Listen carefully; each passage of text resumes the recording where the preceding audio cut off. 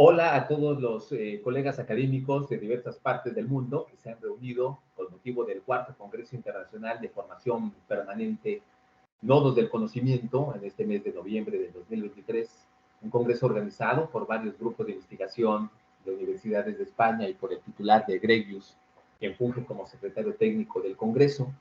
Yo soy el doctor Hugo Manuel Camarillo, profesor e investigador de la Universidad Autónoma de Ciudad Juárez.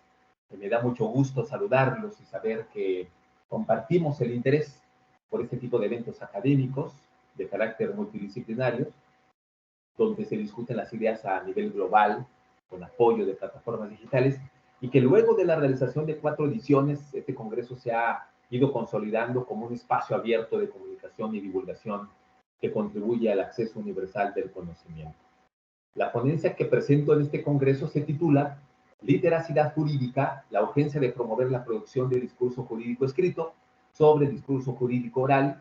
Y como todos ustedes se pudieron dar cuenta al escuchar el título de este trabajo, los 4 ejes medulares que se utilizan son el derecho, la literacidad, el discurso jurídico y la retórica.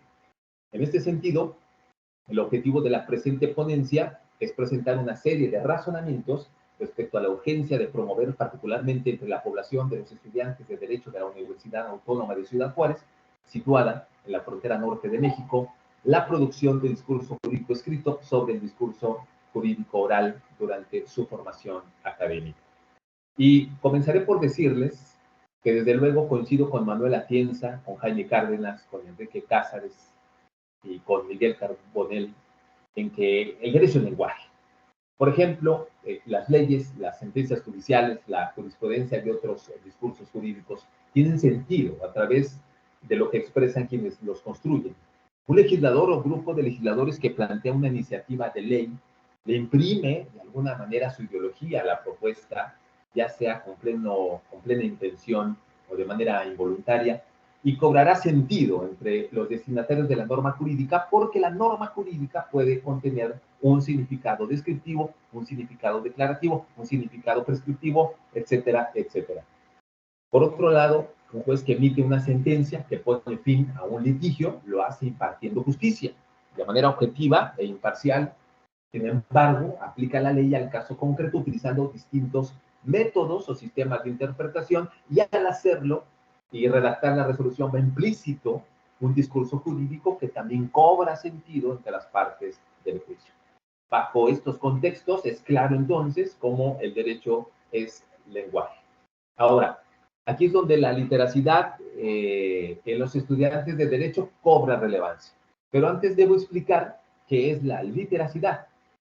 Y aquí recomiendo, si acaso es del interés de ustedes, leer las aportaciones y contribuciones de Daniel Casani respecto a la literacidad, porque son muy relevantes. Y si bien es cierto que la literacidad puede tener tres enfoques, el enfoque funcional, el crítico, el sociocultural, y cada uno tiene posicionamientos epistemológicos distintos, para los efectos de esta ponencia me concentraré solo en la literacidad funcional, porque es el pertinente para lo que quiero explicar en este espacio, donde relaciono, por ejemplo, la formación de los estudiantes de Derecho con los discursos jurídicos que tendrán que realizar para ponerlo en movimiento. En este sentido, diré, para fines de esta ponencia, que la literacidad está relacionada con las habilidades, destrezas y capacidades para la comprensión textual y la producción textual, es decir, algo más allá de solo leer y escribir. Y precisamente estas habilidades y destrezas que acabo de mencionar son de suma relevancia en el campo del derecho, sobre todo durante el proceso de la formación jurídica. ¿Por qué? Porque si el estudiante va a interpretar la norma jurídica, por ejemplo, requiere no solo de su lectura simple, sino de un nivel comprensivo del texto legislativo, incluso requiere que vaya a un nivel mayor de la sola comprensión o entendimiento del texto. Recordemos que la interpretación del derecho pues es muy compleja. ¿Y por qué es importante la literacidad durante la formación de los estudiantes de derecho? Porque para su ejercicio profesional se requiere saber escribir, se requiere poder producir texto. Una demanda debe estar bien redactada, una contestación de demanda debe estar bien redactada, un contrato, un escrito de pruebas, un escrito de impugnación de una resolución judicial debe estar bien escrito, etcétera, etcétera. Y por ejemplo, para presentar este recurso de apelación ante los tribunales, se tuvo que haber realizado una perfecta comprensión textual de la sentencia que se impugna y una buena interpretación de las normas jurídicas y las jurisprudencias que se utilizarán como fundamentos legales. Entonces, resulta hasta este momento más que claro, más que importante, eh, porque los estudiantes de derecho deben desarrollar este tipo de habilidades y destrezas. Es importante que tengan prácticas de literacidad jurídica. Hay estudios como los de Londoño, Ramírez y Garay, los de Aguilar, los de Henao, Londoño y Frías, los de Betancur y Frías, o el de Taranilla, entre muchos otros, que se posicionan en la necesidad de promover entre los estudiantes de derecho la literacidad jurídica ante las debilidades que tienen.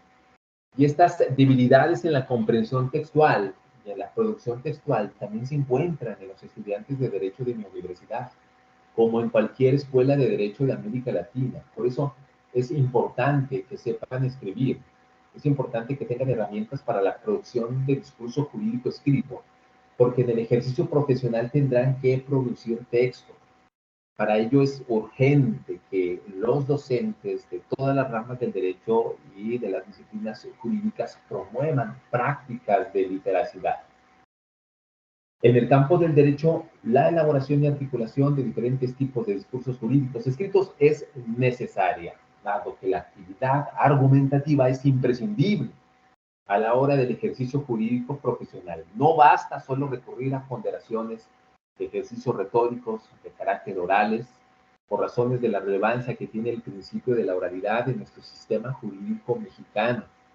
Desde mi perspectiva, hay una tendencia en el proceso de enseñanza-aprendizaje del derecho que se suscita en mi institución por promover un ejercicio discursivo oral más que el escrito. Incluso debo reconocer que yo mismo, en una de mis 3 materias que imparto, le doy un porcentaje más alto a prácticas discursivas orales que a las escritas, aunque desde luego trato, obviamente, de compensarlo en las otras 2 asignaturas. Sin embargo, la idea de promover la producción de discursos jurídicos sobre los discursos orales nunca es suficiente. Observo que la presencia del discurso jurídico oral sobre el escrito en mi institución es una cuestión de arraigo cultural jurídico no confrontada. Incluso cuando les he preguntado a mis estudiantes por qué estudiaron Derecho, nunca he escuchado como respuesta que se inscribieron en la licenciatura en Derecho porque poseen habilidades para escribir. Nunca. Pero esto me parece más común que sorprendente. En cambio, al preguntarles a mis estudiantes la razón de por qué estudiaron Derecho, encuentro pues múltiples respuestas, pero entre ellas encuentro que lo hicieron y aquí abro comillas para citar una de las frases de mis estudiantes, me han dicho cosas como, y abro las comillas, estudié Derecho porque en mi casa dicen que hablo o argumento mucho, cierro las comillas. Esta frase que escucho por parte de mis estudiantes, eh, al responder la pregunta de por qué estudiaron Derecho, ¿qué implicaciones tiene? Pues que le dan un sentido alto a la oralidad como motivo para estudiar Derecho, pero ¿dónde queda la escritura tan necesaria en la formación académica y el ejercicio profesional del derecho? ¿Dónde queda? Por tanto, lo anterior nos lleva a reflexionar cuál es la razón por la que los estudiantes consideran que el discurso expresado oralmente es más importante que el discurso escrito durante su formación jurídica o incluso en la práctica de la profesión jurídica. Al respecto, he planteado 2 suposiciones en distintos espacios de discusión. La primera tiene que ver, y coincido con Farfán, en que desde el estudio de las profesiones, la retórica tiene su origen relacionado a lo jurídico, y como decía Cicerón, a la búsqueda del convencimiento de un tribunal, es decir, al ejercicio y práctica del derecho. Y lo anterior se ha ido reproduciendo y adoptando a través de los años mediante vínculos socioculturales, como dicen Araya, Alfaro y Andonegui, de tal forma que los estudiantes tienen la perspectiva de que la retórica es exclusiva al buen uso del lenguaje oral y se manifiesta en el arte de hablar. Aunque todos sabemos que actualmente la retórica no solo tiene estas implicaciones, sino también de discurso escrito.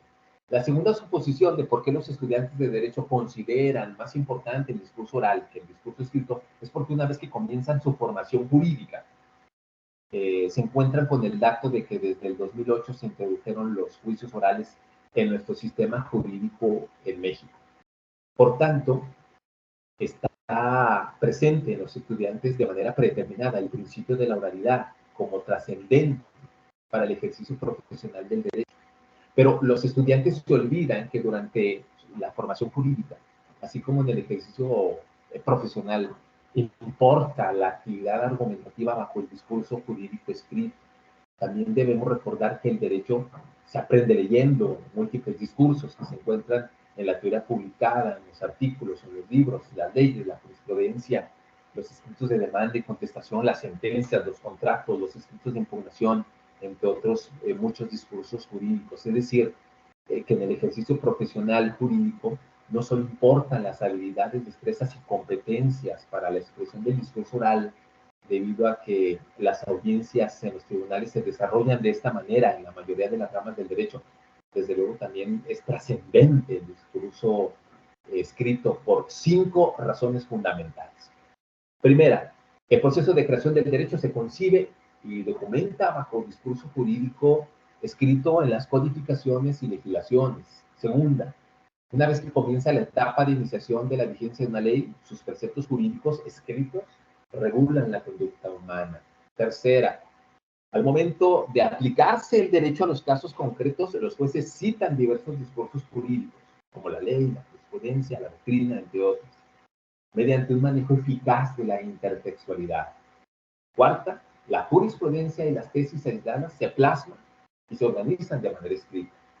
Y quinta, aunque el principio de la oralidad esté presente en el derecho, se estructuran argumentos lógicos jurídicos escritos en diversos géneros discursivos o procesales. En conclusión, es urgente promover en la Escuela de Derecho de una universidad y en todas las escuelas de derecho de todas las universidades del mundo la producción de discursos jurídicos escritos por parte de los estudiantes de manera más contundente, de manera más planificada y eficaz. Yo soy Hugo Manuel Camarillo y puedes consultar mis trabajos publicados acerca de la literacidad en el derecho. Nos vemos a la próxima, un gusto saludarte.